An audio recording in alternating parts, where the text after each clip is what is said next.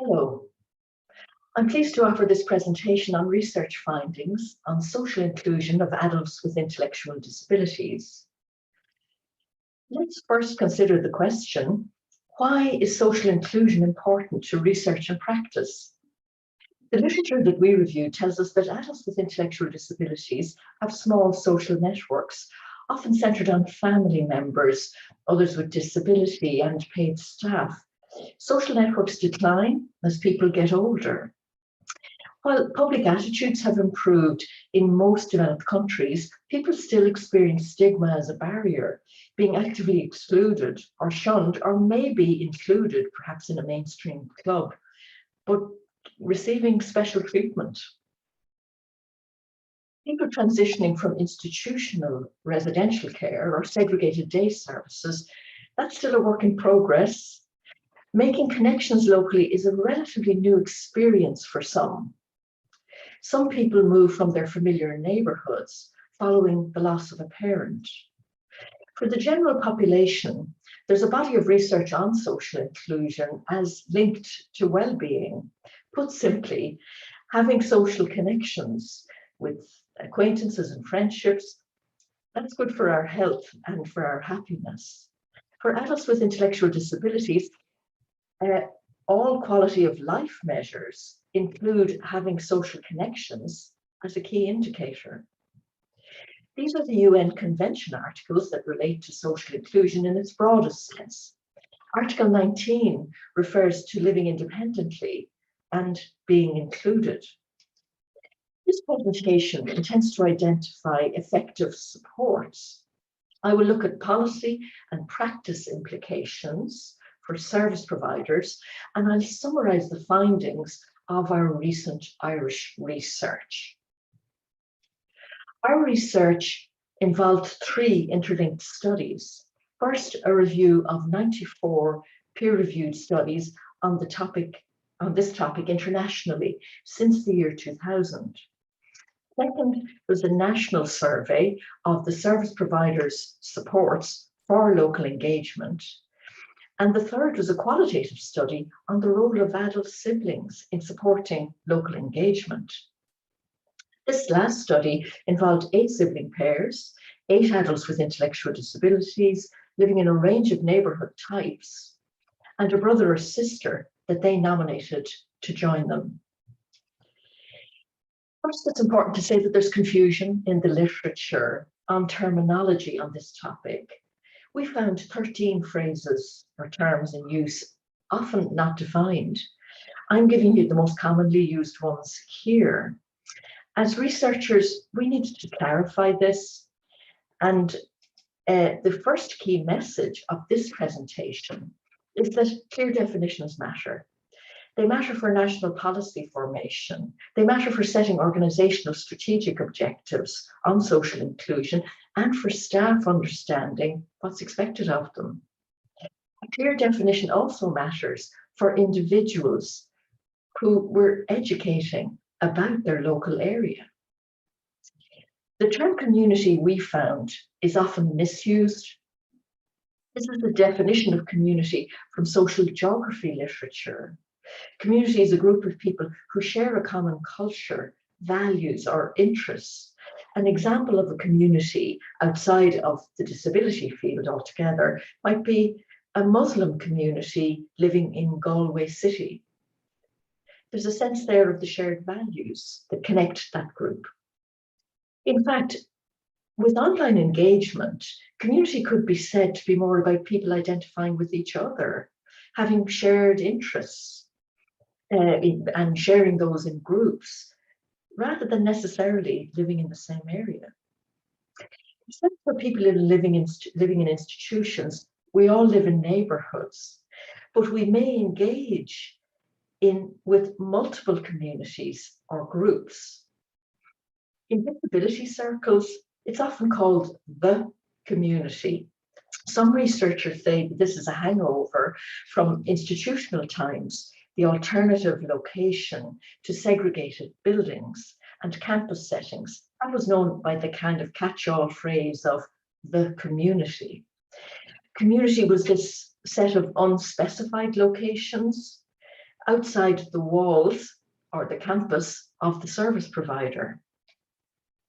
Social inclusion, looking at the right-hand side of the slide here, we suggest that social inclusion in neighbourhoods is about attachment to people and to places. It's defined by what matters to an individual. For some adults with intellectual disabilities, engaging locally may not be chosen or considered important by themselves.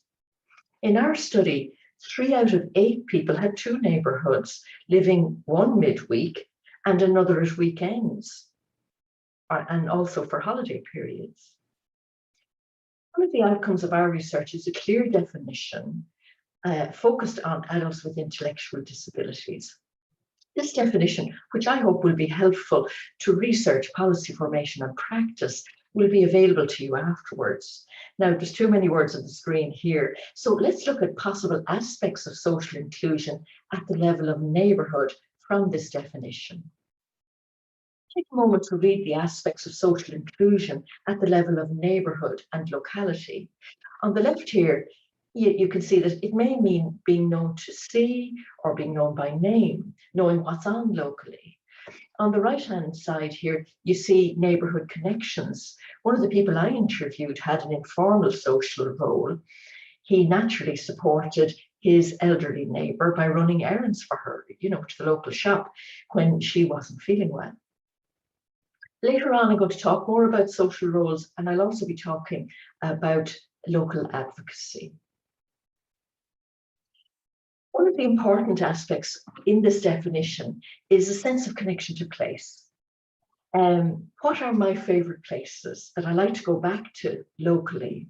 Here, John is being supported to connect to a favourite place, his beach, where he can watch his dog playing. This beach has an accessible wheelchair. The second shot, I think, is a striking example of individualised supports to connect to place locally. Another aspect of the definition I want to focus on is, what do we mean by neighbourhood? And how is that different to locality?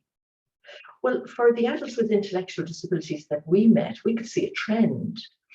I'm giving an example of Jennifer, who lives in a staff-supported group home in a housing estate. I've made it up that she lives in Newry, as none of my research was in Northern Ireland, so I won't be breaching anyone's confidentiality. Jennifer lives in another town in Ireland. Our immediate neighbourhood, in this case, is the street in the housing estate, 3 kilometres from the town centre. Immediate neighbourhoods are often walkable, or a person may use a mobility aid to get around. They often have a few amenities like a corner shop. Jennifer's support needs mean that she must be accompanied in her wider locality, in this case, the town of Newry. Well, the group home has a car available for staff to drive Jennifer to go to the local leisure centre, her local doctor, or to visit her sister, who also lives in the town but who doesn't drive. Important to say that the neighbourhood might also be a rural townland or a city suburb. Now, moving on from the definition, I want to give you the results of the national survey that we carried out. Our research asked about organisational policies on social inclusion. We wanted to learn from practice, so we asked about actions or interventions that service providers had tried and the challenges that they had faced. Our focus was on supports to people living in houses on ordinary streets, whether living alone, group living with staff support, perhaps living with a partner, or living with family of origin. The research took place in 2019 through an online survey and follow-up interviews with a subsample.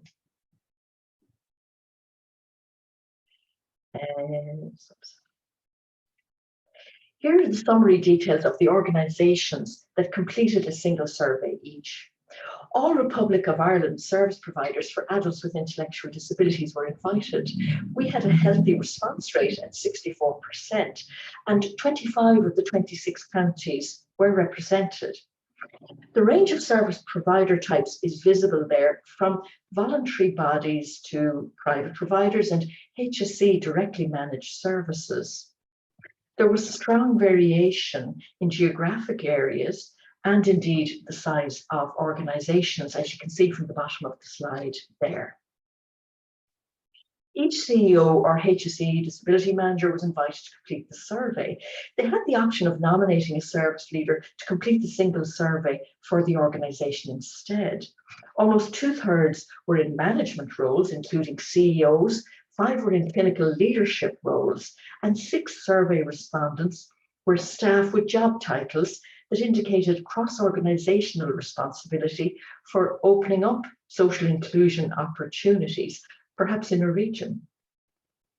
As you can see from the stats there on the right, those completing the survey were leaders with experience. They were experienced in managing and leading disability services. 2/3 of respondents then said that they didn't have a specific policy on social inclusion. 5 said that the new directions policy was being followed, and 6 listed policy titles that ranged from person-centred planning to a range of phrases capturing participation. Among this small number, some named more than one policy. Despite the absence of policy, almost all service leaders rated the role of service providers supporting social inclusion at a strategic level to be important. Also, despite the lack of policy, there were many service examples of supporting social inclusion that service leaders offered, which I'm going to cover later on. Leaders' responses on strategic supporting organisations are clustered here. These represent facilitators of inclusion at the management leadership levels. Leaders highlighted the importance of a clear mission statement leading to a strategy on social inclusion. Developing natural supports in addition to paid staff was emphasised. An individualised model of service was noted as effective by some. And a critical facilitator identified by some Irish service leaders was a comprehensive, fresh human resource strategy, recruiting staff to deliver on service reform and changes. Staff education was emphasised, and some service providers had invested in those specialist social inclusion roles as a definite strategy. A system of flexible rostering included in staff contracts was described by one leader, which allowed for residents in group homes to have the one-to-one support needed to pursue individual interests, perhaps at night time and at weekends. Some leaders described how their organisational structure had been shaped to facilitate social inclusion. This included service hubs that were central in local areas. This quote represents a cluster of responses that service structures needed to empower service leaders and staff to move beyond the traditional walls of service provider or move beyond the campus to create and form strategic partnerships with mainstream decision makers to progress social inclusion. Some leaders emphasised moving away from aspirations and wishes around social inclusion to tangible practice actions, like offering disability awareness training to locals. They also underlined the challenge of securing funding and using it flexibly. Almost all service leaders said their organisation had been involved in service initiatives to support social inclusion. This included service hubs that were central in local areas. We asked them to give details of one of the actions or interventions that their organisation had undertaken at an individual or a group level. We also asked them to tell us of the outcomes and any challenges that they had faced. An example of a social inclusion initiative focused on an individual was Rosemary, who had a personal goal of losing weight, and she wished to get fit and get involved locally. She was supported by her day service key worker to join a weight loss club and also to join a walking club in her locality. The challenges she faced were transport, as the walking club met at night time. The daytime staff member offered transport and worked for a few evenings to help Rosemary to check out if the club suited her.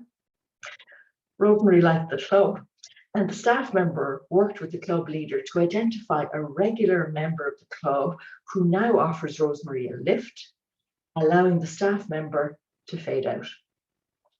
Rosemary reached her weight loss goal and now gets a lift to the walks and also really enjoys the extra social events as an equal member of the walking club. Oops. The next cluster of responses on initiatives supporting inclusion was for groups of 2 to 20 adults with intellectual disabilities. These examples were highly diverse, but here's one example of a staff-supported self-advocacy group focused on improving local public transport accessibility. They advocated to change a bus route and the location of a local bus stop to be closer to where people with intellectual disabilities lived. The final cluster of service initiatives was organisation-wide service initiatives or projects in medium to large size organisations. One involving the opening of new service locations or hubs. This one was right across a region. The challenges faced are noted on the right-hand side, included safeguarding concerns and resistance to change from staff, perhaps used to the old model, or family members concerned about increased risk. Positive outcomes, however, were many as these hubs acted as springboards to employment, education, and neighbourhood involvement. This example highlights that families are also stakeholders in any change to service models. Taking all the service initiatives described, there was a strong theme of valued social roles, which is also found in the research literature. Social roles included the ones listed here and were valuable entry points to becoming known and getting to know others and having a visible presence as someone contributing to the local area. Social inclusion produced positive outcomes for individuals, summarised in this graphic, including changing public perceptions of individuals with high support needs, or people whose behaviour was perhaps perceived as challenging.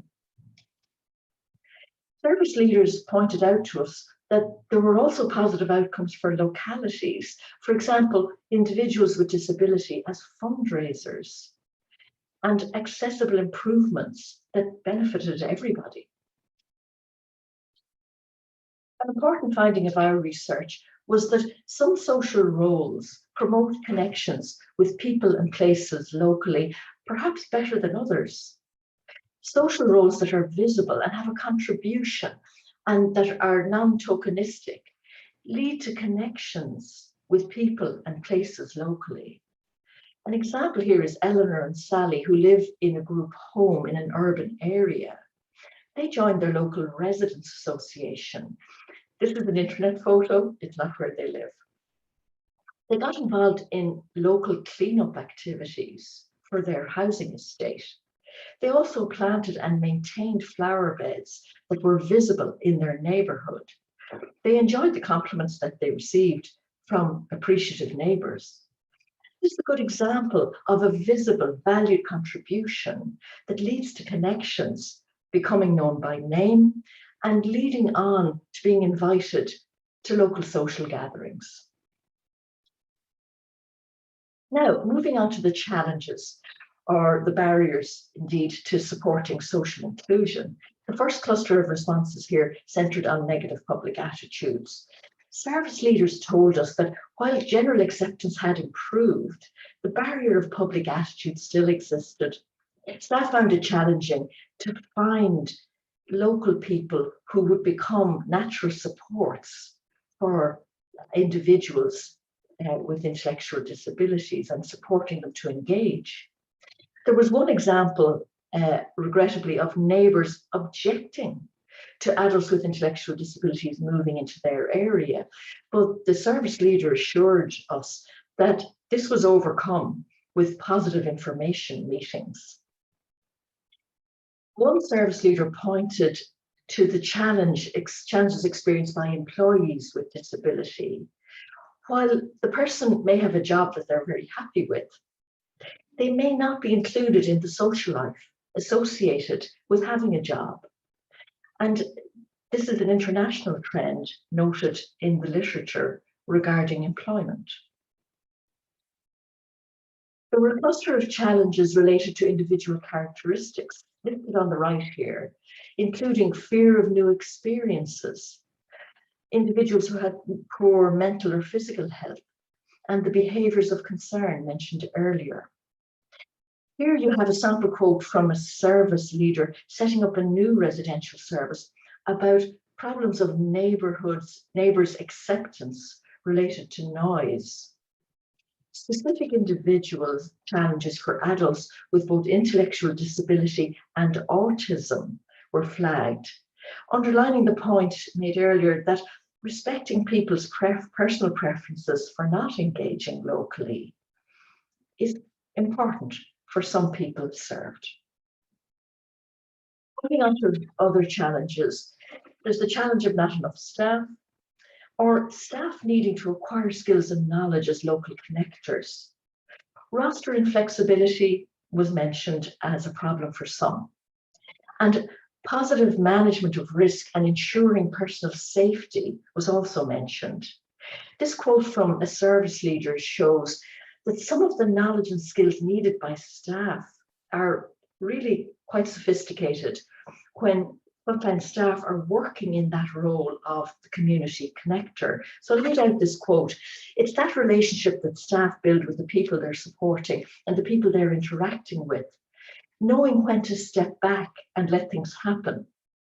It's building the capacity of other people. So it's that knowledge. If I'm right next to this person all the time, guiding and supervising and doing all of that, then this isn't going to happen.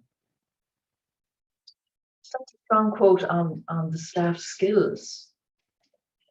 Finding suitable, accessible buildings in the desired locations was a problem when moving into new areas. For example, people in transition to those locally based models. Securing funding and the level of staff required for new locally based services was definitely a challenge, particularly if there were people with a variety of, or quite a range in terms of the level of support needs. That was reported as difficult. One service leader flagged how complex it is to serve people who from multiple neighbourhoods from a single hub. This is a problem that definitely merits further research. There were problems supporting people then in remote rural areas or in impoverished localities, perhaps localities with very few activities to engage in. So moving on from challenges to the role of family members. Some service leaders believed family members to be important role models and advocates with valuable local connections that could be tapped into. And that's reflected in the prior literature as well, with families broadly seen as an enabling factor. Their involvement in our survey was channeled in the main through person-centred planning. And almost all service leaders rated the role of families as important, with the understanding, though, that the individuals served consented to their involvement, as you can see in the second quote here, that says the level of support and which family member provides the support has to be at the discretion of the individual. Although family support was rated as important, in all of the service initiatives described to us, there was none that engaged family members as a group to educate them on the potential of their role to support social inclusion in localities. This is a definite gap, and it's a recommendation for practice that will be further explored in a second presentation in this series on the role of adult siblings. The key message from the three studies is that supporting social inclusion in neighbourhoods is most likely to succeed if the focus is on one individual at a time. The literature tells us that group activities, often supported by staff members, are perceived by members of the public as people with disability visiting the locality. It's similar to a group of tourists arriving in a place with their tour guides. They stand out as a separate group. John O'Brien and Beth Mount describe the public perception of this as clients under supervision. A series of Dutch studies on the perceptions of people without disabilities found that groups of people with disability together had the unintended effect of excluding local people who choose then not to engage. They see the group of people with disability as a closed group. Other recommendations then for practice include service organisations developing clear policy statements on social inclusion in neighbourhoods and localities. I've already mentioned the importance of definition. We suggest that it would reference the UNCRPD and existing national disability legislation and policies. Service initiatives then to support social inclusion will benefit from independent process evaluations. We also recommend and see many implications for staff, service user, and family education on this topic. Finally, most service providers have formed strategic partnerships with mainstream organisations in their region. And these mainstream organisations are also committed to broader social inclusion. Accessibility, as we know, is multidimensional. And although access to buildings is very, very important, accessible signage and personal services that are set up to be welcoming to adults with intellectual disability, that's also important. And these are all local political issues, throughout Ireland, and indeed throughout many localities in the world.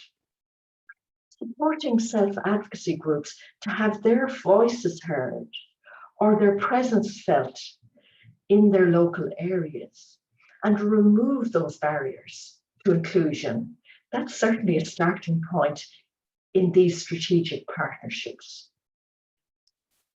There are many people to thank for their support for this study, in particular Professor Suzanne Guerin, who acted as research supervisor. Warm thanks also to the National Federation for their support in advertising the study, but special thanks goes to the busy CEOs and the service leaders who dedicated time to taking part in this research and sharing their practice experiences through the study. These are the references used in this presentation, and I'd like to thank you very much indeed for your interest in this topic.